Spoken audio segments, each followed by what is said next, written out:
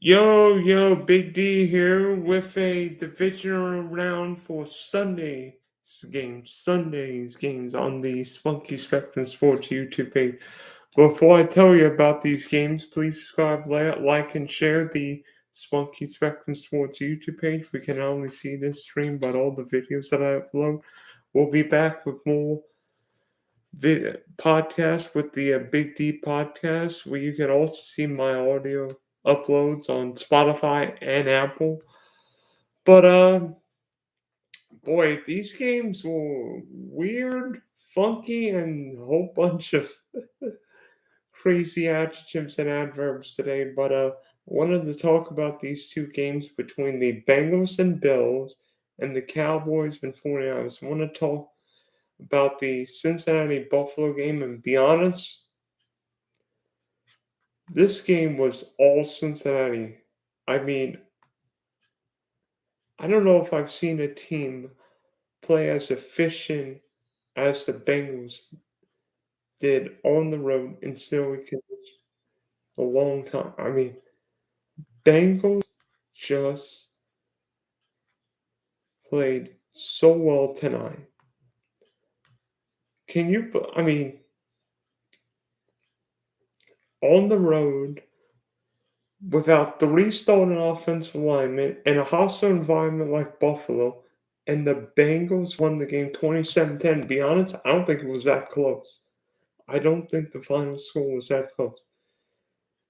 The Bengals put up 412 yards to offense, controlled the ball for almost 34 minutes, and despite having three offensive linemen out, the Bengals outrushed Buffalo more than 2.5 to 1, 172-63. I don't care what year you're in. If you outrush somebody 2.5 to 1 or plot, you're going to win that game. I don't care who the quarterback is. And everyone believes that Patrick Mahomes and Josh Allen are the two best quarterbacks in football. Well, as I said before the playoffs, I think Joe Burrow is the best quarterback in football. And yeah, he's been uber efficient. I mean, they didn't throw for a ton of yards, but they didn't need him. I mean, 23, 36, 232, two touchdowns, 76.5 QBR, 102 passer rate. But more important than that, Cincinnati only gave one sack. Playing out three offensive linemen. Everybody was worried about Cincinnati's offensive line. The Bengals did just fine that they only gave one sack for 2 yards. And Joe Burrow played efficient, mistake-free football, just what you have to do, but he made big throws the key time.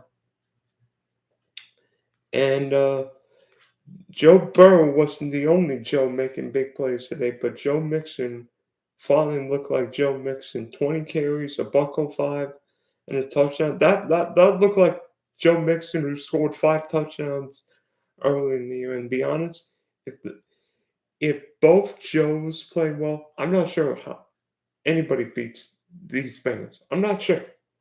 I'm not sure. How does anybody beat this team? Because Joe Burrow can play a mistake-free, efficient football. Joe Mixon can run the ball. And he also caught a couple passes out of the backfield. Oh, yeah. Look at Cincinnati's pass receivers. Jamar Chase, 5 catches, 61 yards, and a touchdown. And some people probably say he should have gotten another one, but it was always a one catch or no catch issue a week, so I'll leave it at that. Hayden Hurst was big again today. 5 catches, 59 yards, and another score. Higgins and Boyd didn't really have big games. T. Higgins caught 3 for 28. I think Boyd caught one pass. But the Bengals played mistake-free, efficient football. And be honest today, this game was all Cincinnati. I mean, Cincinnati jumped to a 14-0 lead, and the game was over. And, I bet you when Bills Mafia saw it was snowing, I'm like, Bills have this game. This is the year Bills get to the Super Bowl. In Cincinnati, it didn't matter who was playing for the Bengals today. They were down 3 linemen. So what? They went on the road and then beat the Bills. They kicked the Bills' butt. And to me, that was not just the most impressive win in the playoffs, that might have been the most impressive win I've seen of the whole year. Because go on the road against an equally talented quarterback and not just beat him, but kick Josh Allen's butt when nobody's really been able to do that outside of Mahomes in that one AFC Championship game a couple years ago. But talk about Cincinnati's offense. How about Cincinnati's defense? Because Lou Lamoriello may be the most underappreciated defense coordinator in football. I mean, look at the Bengals. They gave up 10 points to Josh Allen, the Bills. 10. 1 0. 10 points. Against Josh Allen, the Bills went, well, best teams give up, 24, 28, 30 points. Yikes. 10 points. My goodness. I mean, people want to argue about D'Amico Ryans, and I'll talk about him, but Lou Lamoriello should be getting a head coaching interview, if not a job, after that performance tonight. I mean, second half against Mahomes in the AFC Championship game, and in this game, and remember, if not for that fumble and the 98-yard scoop and score last week, it very well could have been Baltimore, Kansas City, Jacksonville, and Buffalo this week in the AFC playoffs.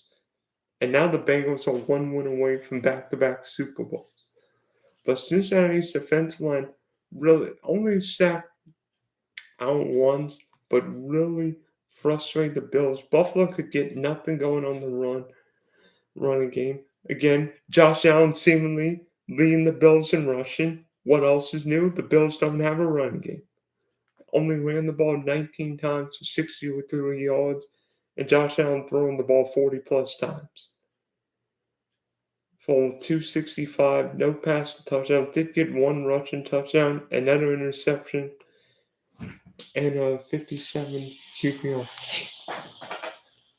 I agree. I mean, simple. Josh Allen was not good at, and yeah, well, some Bills fans potentially blame Josh Allen for what happened, of course. But to me, this game's not on Josh Allen. It's on Sean McDermott. Because out of the 8 coaches in the division round, 7 were offensive minded, and who was the only defensive minded head coach? That'd be Sean McDermott. And while he may be a great defensive mind, the Bills don't have an offensive line, don't have a running game, and Josh Allen has regressed this year without Brian Dable. We saw it that night. We saw it. Cincinnati's got better wide receivers, better running game, and an ability to run the ball in all kinds of weapons. Buffalo is basically, hey, Josh Allen, you win the game. And tonight, he could not win the game because Cincinnati kicked his booty. I mean, Dawson Knox and Devin Singletary led the Bills with 5 receptions apiece. Can you believe this? But Khalil Shakir, the rookie out of Boise, totaled more receiving yards than either Steph Diggs or Gabriel Davis. Not going to win too many games when your top 2 receivers are not getting that many receiving yards. But, I thought before and during the game, the Bills lost that there would be changes. Well, be honest, after a 27-10 blowout, I think there'll be changes. Whether or not there'll be the coordinators, head coach, maybe some players. Because there's no way the Bills, after being everybody's Super Bowl pick. I mean, who didn't? I mean, I picked the Bills to win the Super Bowl this year. And it feels like they let down everybody after what Buffalo's gone through with not one but two big blizzards, one kicking the Bills to a somewhat home game against the Browns, and then another blizzard in and around the holidays, and then the Lamar Hamlin situation in the first Bengal game. It's almost sad. I mean, you wonder what happens because now Josh Allen's contract kicks in, so now the Bills pay him. Not that Josh Allen's bad by any stretch. Any team would love Josh Allen as his quarterback, but the Bills have a lot of problems. Team's getting quite old. I mean, lacks something. I don't know what. I mean, we'll see what happens. I mean, do they bring back McDermott? Do they bring back Ken Dorsey? Do they even bring back the general manager? Because there will be changes in Buffalo. I mean, the Bills cannot keep the same crew after a hittable display like that. And, the Bengals, everyone wanted to see the Bills and Chiefs meet in Atlanta, this neutral site AFC championship game. The Cincinnati Bengals are like, nah, we're not having a neutral site AFC championship game. We're going to Arrowhead. And you know what? The Bengals don't give a bleep about Josh Allen in the Super Bowl, Patrick Mahomes in the Super Bowl. The Bengals believe they can go to consecutive Super Bowls. And after tonight's game, I think the Bengals are still the favorite despite their offensive line issues. And the fact we get Joe Burrow and Patrick Mahomes for the fourth time in 13 months. Can't wait for next Sunday night at Arrowhead. But now on to the Bay Area where the San Francisco 49ers beat the Dallas Cowboys 19-12. It felt like a game for the 90s. I mean, for how hard hitting it was tonight. I mean, neither team could really convert. I mean, Dallas did give the ball away a couple times in the first. San Francisco fumbled away a punt, but to me, the San Francisco 49ers might have the best collection of players in the game. Because you look at San Francisco team-wise, Christian McCaffrey scored a touchdown. George Kittle was everywhere, especially late second, third, and fourth quarter. Made a big 30-yard catch, blocking, making plays, looking like the George Kittle we used to seeing. Brandon Ayuk and Deebo Samuel, together with a great offensive line and the best defense in football. The San Francisco 49ers are capable of beating anybody. Yeah, Brock Purdy didn't play great tonight. Dallas came after him, but he didn't make the big mistake. And San Francisco athletically can match up against anybody. The question is, can Brock Purdy win a Super Bowl? And tonight he didn't play great, but he didn't make a big-time mistake. I think the question with Purdy is not what happened tonight, but what's going to happen when he goes on the road in a hostile environment like Lincoln Financial Field will be against the Philadelphia Eagles, because that will be the ultimate question.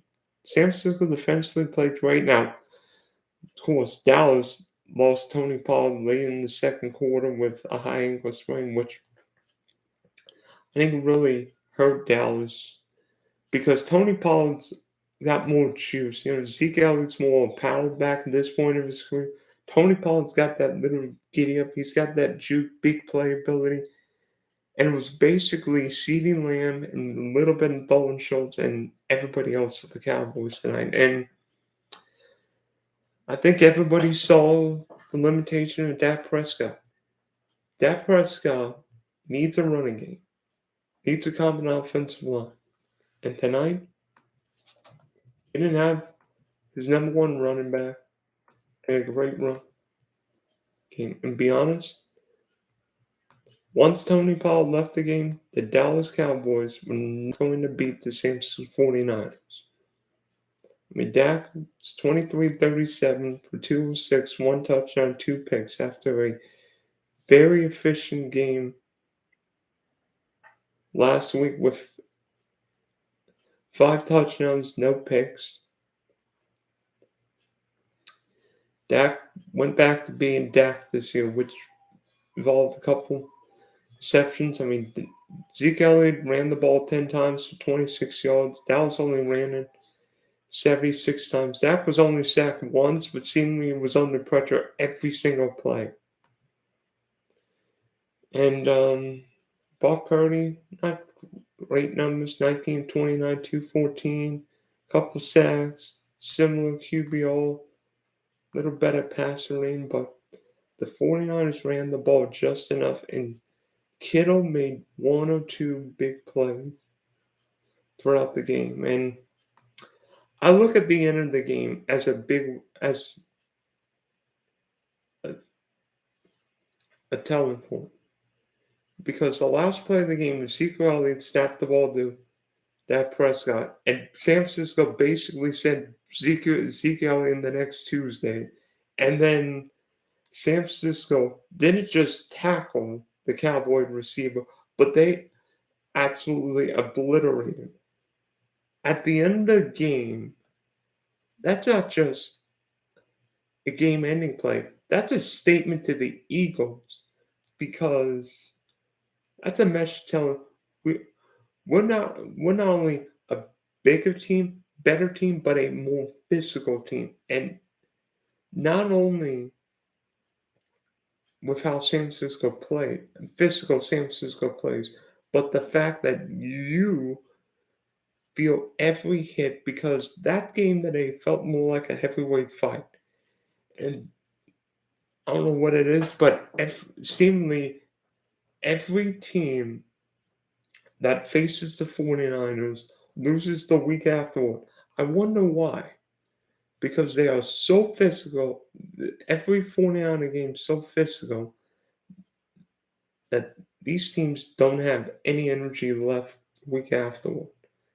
So we'll see what happens with the San Francisco team next week because now instead of hosting against Geno Smith or Dak Prescott, they're going on the road and facing Jalen Hurts and a great Philadelphia rushing attack. It's going to be a lot of fun. There'll be a lot of heavy collisions. I'm intrigued to see what Philly's great run block and offense line can do against San Francisco's great defense line. It's going to be a great matchup of styles. But I want to talk a little bit about Dak because the Cowboys paid Dak more like he's Patrick Mahomes, Josh Allen, or Joe Burrow. When you can argue he's not even a top 10 quarterback in the game. I mean, you could argue Brock Purdy outplayed Dak Prescott tonight. And to be honest with you, Cowboys defense good enough to win tonight. The Cowboys defense played well enough to win this game. But Dak Prescott did not make enough plays. And Dak Prescott is a good quarterback. But the Cowboys pay him like he's a great quarterback. And is Dak capable of winning a Super Bowl? I don't think so. Is he better than Pat Mahomes? No. Joe Burrow? No. Josh Allen? No. Justin Herbert? No. Jalen Hurts? No. Trevor Lawrence? No. I mean, at best, Dak Prescott's the top 10, 12 quarterback in the game. And people are going to say, well, Mike McCarthy did this. Listen, Cowboys defense played well enough to win. They only gave up 19 points. But Dak made way too many mistakes, threw way too many picks, gave the ball away cheaply way too many times. And on the road in a game that's going to be low scoring like this one, the Cowboys can't make any mistakes. And tonight they made way too many mistakes. I mean, CeeDee Lamb caught 10 balls for 117. The next Cowboy receiver was Dalton Schultz for 5 for 27. Yes. Do the Cowboys have a true number one receiver? I mean, you could argue CeeDee Lamb is or isn't, but I don't think the Cowboys have a true number one receiver. For maybe CeeDee Lamb, but he's more a slot guy. So, I mean, I think Dak Prescott's hit his ceiling. I mean, I heard people tweeting, is Dak met his match, and unfortunately, Dallas defense played well enough to win, but the Dallas offense was putrid. And part of it was San Francisco's defense, but part of it is Dak's inconsistency and inability to follow a great game with another great game. We see Pat Mahomes have a great game and then come back with an equally strong game. After a great performance on Monday night, Dak Prescott, oof. So it's going to be San Francisco and Philly in the NFC Championship game, Cincinnati and Kansas City in a rematch of last year's AFC Championship game. Sign me up because we're going to have two crazy games. I'm going to break down those games. I think we're going to end from two bone burners and hopefully as exciting, chaotic, dramatic as games we saw this weekend because if the division round's crazy, what is Championship Sunday going to be next week? So thanks for hopping on to the Spunky Spectrum Sports YouTube page. Like the stream, comment. You can always tweet at me. I'm happy to respond, and I'll see you later. And that's my story, and I'm sticking to it.